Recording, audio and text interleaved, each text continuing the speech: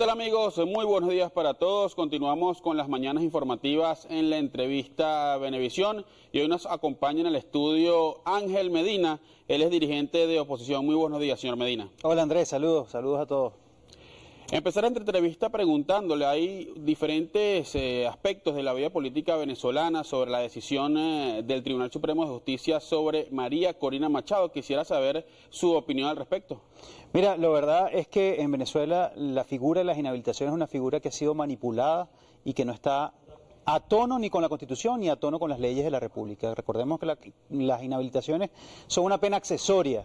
Tú para ser inhabilitado primero tienes que tener un juicio y tienes que ser declarado culpable y tuviste que haber ejercido funciones públicas donde eras cuentadante. Es decir, hay una serie de condiciones que no se están planteando y por tanto la decisión del TCJ, más que ser una decisión judicial o una decisión constitucional, es una decisión, creo que es la traducción política o la traducción de una decisión política al mundo judicial. Por tanto, tiene mucho de política y poco de justicia esta decisión, no solamente contra María Corina, sino también con otras figuras como Enrique Capriles, ¿no? Miembros de la oposición han señalado, en este caso Gerardo Blay, que han sido inhabilitaciones selectivas. ¿Usted cree que sea así?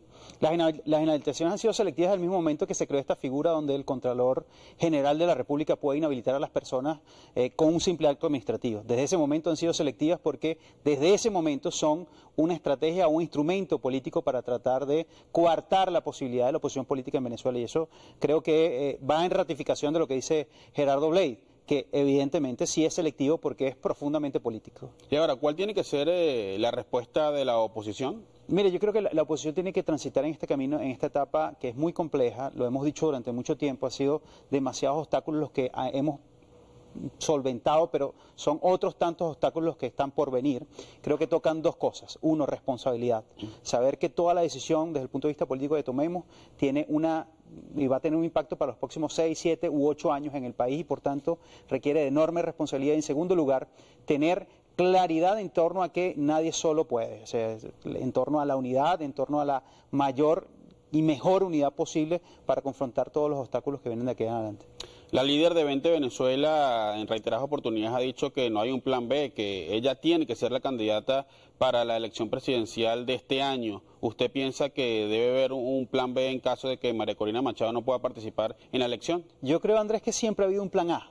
Un plan en Venezuela que es el plan de las elecciones, es el plan de ir a la ruta electoral, de retomar la ruta electoral con mucha fuerza como lo hicimos el año pasado y de entender que el 2024 es un año fundamental para ese proceso de cambio y que este año, por ejemplo, tiene que llamarnos a todos a construir las mejores condiciones para que usted que me está viendo en su casa pueda este año salir, ir a votar y hacerlo de la manera más libre posible y que le permita a usted decidir el camino y el futuro de su vida, ¿no? Y el de su familia. Y desde su punto de vista, ¿cuáles tienen que ser esas condiciones? Mira, están muy claras y muy bien escritas en lo que fue el Acuerdo de Barbados, y te voy a colocar solo algunas. Observación internacional, que de eso todavía no ha pasado nada. La posibilidad de inscribir o de renovar el registro electoral permanente, de hacer la auditoría y de además darle la oportunidad a más de 2 millones de jóvenes que todavía no están inscritos en el registro electoral permanente. Participar en todas las auditorías necesarias del sistema y de todo el proceso que permita efectivamente poder consolidar un momento político importante en términos electorales. Pero sobre todas las cosas, Andrés, y es muy importante en este momento, tener cronograma y tener fecha electoral, porque además eso es lo que te permite a ti determinar cuáles son los tiempos, determinar cómo los venezolanos nos vamos a preparar para ese evento electoral. Eso solamente para decirte algunas, son otras tantas las condiciones y todas además están plasmadas en el Acuerdo de Barbados. Allí quería abordar el Acuerdo de Barbados, ¿no? Ambas partes, tanto la plataforma unitaria como el gobierno nacional, decían que debe activarse de inmediato la comisión de verificación de estos acuerdos. Ahora, el presidente Maduro decía que el Acuerdo de Barbados estaba en terapia intensiva. ¿Es tan así como que el Acuerdo de Barbados sigue en terapia intensiva o se puede recuperar lo que ya se había avanzado? Te lo voy a poner así, Andrés. El acuerdo de la negociación es necesario tanto para quienes están en el poder como para la oposición venezolana. Puede estar en terapia intensiva, puede estar viviendo obstáculos, puede estar pasando por momentos malos, pero es necesario para este país que exista una negociación seria y una negociación que siga avanzando por el bien de este país. A nadie le conviene en este momento acabar con un proceso de negociación. Por más mal que esté, por más que denunciemos de lado y lado que no se están cumpliendo, como efectivamente no se están cumpliendo las cosas que se acordaron o se están mal cumpliendo las cosas que se acordaron, Venezuela necesita una negociación seria, una negociación solución política profunda que permita salir de la atolladero en que estamos, pero sobre todo permita, Andrés, avanzar en el proceso de la reconstrucción económica de este país, que es tan importante y que el gobierno lo sabe y la oposición también lo sabemos. Ahora, paralelamente al acuerdo de Barbados, se sabe que el gobierno también está negociando con los Estados Unidos a través de Qatar. ¿Qué lectura se le puede dar a esto? Vuelvo al tema, por eso es que hablo de la negociación. La negociación tiene que seguir avanzando.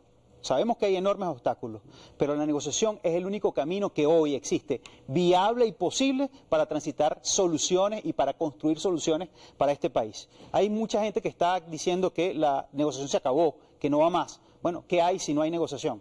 ¿Qué existe en Venezuela si no hay negociación? Lo que hemos vivido los venezolanos en los últimos 20 años. Desencuentro y tratar de aniquilarnos los unos a los otros, que ninguno lo hemos logrado y que ha dejado una estela de malas decisiones, pero además una estela muy negativa para el país. Por eso yo soy de los que creo que la negociación de Barbados, la de Qatar, la que sea, es necesaria en este momento para este país, sobre todo para salir de manera lo más pacífica posible, la manera más política posible, a avanzar en construir soluciones para la gente.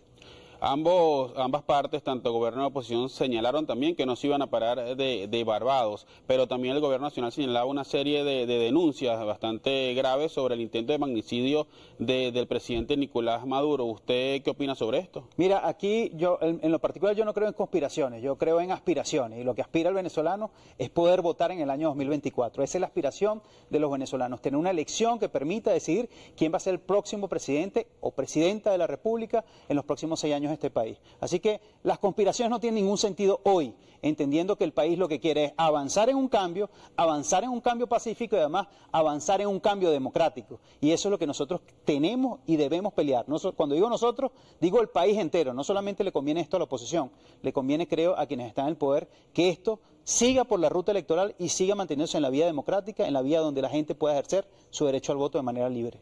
Y usted, como dirigente que tiene contacto directo con los ciudadanos, ¿qué espera el ciudadano de a pie? ¿Qué le dice usted en la calle? ¿Qué espera sobre todo este tema de la negociación? Mira, yo creo que más que la negociación, los venezolanos esperan que las cosas mejoren en términos económicos, que su vida pueda tener más opciones, que los jóvenes esperan que Venezuela pueda tener más oportunidades, más opciones para ellos, pero además también esperan que la lucha política no termine siendo el venezolano el más afectado, sino que la lucha política permita construir una vida mucho más placentera para los venezolanos, que hoy no lo es, que permita construir salidas a la difícil crisis que están viviendo los venezolanos, que hoy están padeciendo y hoy estamos todos padeciendo, Andrea. Así que yo creo que el venezolano no está tanto el tema de si Barbados, Qatar. El venezolano lo que quiere es mejorar su vida, los venezolanos lo que queremos es vivir mejor, los venezolanos lo que queremos es progresar, y para eso debemos destrabar el tema político y la crisis política, porque es la que permite destrabar todo lo demás.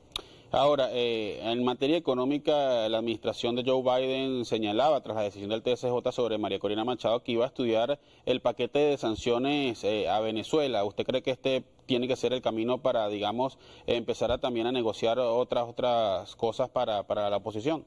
Mire, yo creo que al final los Estados Unidos es soberano en decidir lo que quiera o no quiera. Eso no, o sea, ahí la incidencia que nosotros podamos tener, tú, yo, incluso la política venezolana, es muy poca, porque eso está definido por la política interna de los Estados Unidos. ¿Qué nos toca a nosotros los venezolanos, Andrés? ¿Qué nos toca a nosotros los políticos en Venezuela? Es construir un camino que le sirva a los venezolanos.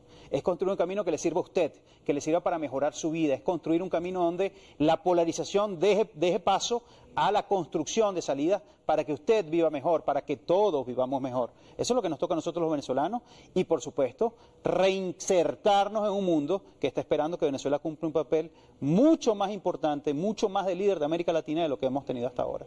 Ahora, dicen muchos sectores que la unidad y la oposición sigue fragmentada. ¿Están así? ¿Qué lectura se le puede dar a esto? Mira, creo que al final el logro más importante o el reto más importante que tenemos es ir con la mayor unidad posible.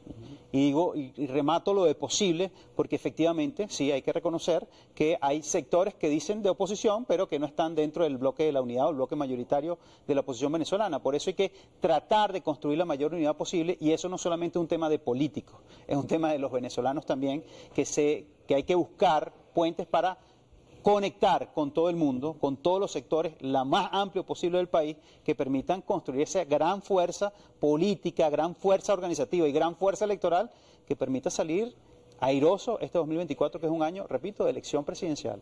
Y ahora, ¿en qué ha fallado tanto la dirigencia de oposición y como la dirigencia del partido de gobierno para conectar con el ciudadano? Porque hay muchos dicen que ya a los ciudadanos no les interesa la política. ¿Es tan real esto? Mira, lo principal creo que hemos fallado haciendo retrospectiva de los últimos 15 años es creer que podemos eliminarnos los unos a los otros. Y en ese creer que uno podía eliminar al otro, terminamos creando condiciones nefastas para el país. Y terminamos haciendo que la política quedara distante a la gente, porque si la política no te es útil, Andrés, por supuesto que tú la vas a rechazar. Por eso es que yo creo en la negociación, creo en volver a los espacios donde construyamos, a pesar de las enormes diferencias, construyamos soluciones. ¿Por qué? Porque en la medida que esas soluciones avancen, esas soluciones se cristalicen, van a ser posibles mejorar y ser útiles para la vida de la gente, y la gente va a volver a la política y va a decir, oh, la política sí sirve, los políticos sí sirven, y efectivamente Venezuela se está enrumbando, a pesar de las enormes diferencias que tenemos, en un camino de construcción y no de esto que hemos vivido, que es polarización profunda, donde lamentablemente ninguno de los dos se ha podido demostrar la tesis que podemos eliminarlos los unos a los otros. Finalmente, usted hablaba en esta entrevista que hay que empezar a conversar sobre el cronograma electoral. ¿Debe ser el siguiente paso dentro de la negociación? Pero es que eso tenía que ser el paso hace muchos meses, y eso no tiene nada que ver con la negociación. América Latina tiene, por ejemplo, este año 6 elecciones presidenciales, todas, menos Venezuela, tiene fecha. Todos los países de América Latina que tienen elecciones este año tienen cronograma electoral, incluso del año pasado, menos Venezuela. Entonces, si tú hablas de que este es el mejor sistema electoral del planeta, tienes que darle y brindarle certeza a los ciudadanos. Y la certeza más importante es saber cuándo, cómo y dónde van a hacer ese proceso electoral. Y por eso es que hoy aprovecho esta pantalla para exigirle nuevamente al Consejo Nacional Electoral cronograma electoral y fecha de elección presidencial. Bien, muchísimas gracias por su tiempo. Gracias, Andrés. Bien, amigos, estuvo con nosotros Ángel Medina, dirigente de oposición. A ustedes muchas gracias por acompañarnos. Sigan con muchas más de las mañanas informativas en Noticias Venevisión. Feliz día.